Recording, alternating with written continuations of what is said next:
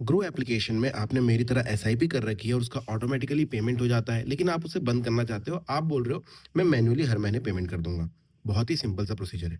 Application open करो, front page कुछ इस तरीके से खुलता है। यहाँ पर टॉप राइट कॉर्नर पर आपको आपके नाम का इनिशियल या फिर अपनी फोटो दिखाई देगी, इस पर क्लिक कर देना। क्लिक करने के बाद नीचे की तरफ आना और यहाँ पर आपको बैंक एंड ऑटो पे का बटन दिखाई देगा।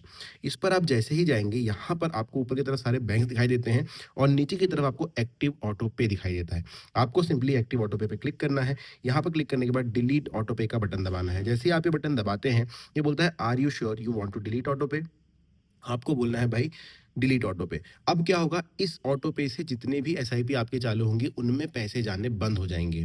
सिंपल है। तो आपको I am sure delete auto पे का बटन दबाना है। देखिए, मैंडेट हैज एक्टिव एसआईपीज, ये बोल रहा है mandate has active SIPs, loans can not be deleted. तो इसके लिए आपको क्या करना होता है, बैक होना आता है।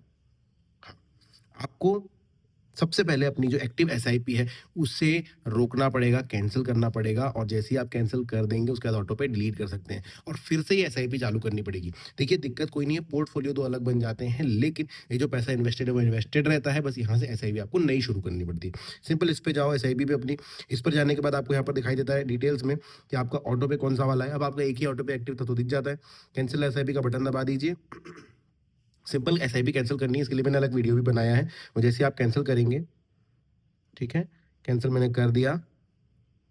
अब क्योंकि आपका कोई एक्टिव मैंडेट नहीं है, तो आप जाकर वापस उस प्लेस पर बैंक एंड ऑटो पे पे जाकर कैंसिल ऑटो पे, डिलीट ऑटो पे कर सकते हैं। ये देखिए, ऑटो पे डिलीटेड सक्सेसफुली। मैं रिफ्रेश करूंगा इस पेज को और ऑटो पे यहाँ से हट जाएगा। तो सिंपल है। अगर आपको बोलता है कि भाई आपका एक्टिव मैंडेट है, तो जाकर के उस एसआईपी को क्लोज कर देना और आपका काम हो जाएगा। तो देखिए, मुझे मेल भी आ गए हैं कि भाई देखो आपका ऑटो पे जो है कैंसिल हमने कर दिया। हाँ, ये हो सकता है कि आपके मल्टीपल एसआईपीज़ चालू हों जिनसे ऑटो पे सिमिलर, तो आपको सारी एसआईपीज़ बंद करनी पड़ सकती हैं। लेकिन इसका एक और मैं तरीका आपको बताता हूँ। अब ये भी हो सकता है कि आपके मल्टीपल एसआईपी चालू हो और आप नहीं चाहते हो कि एसआईपी क्लोज़ की जाए। तो इसका सिंपल प्रोसीजर क्या है?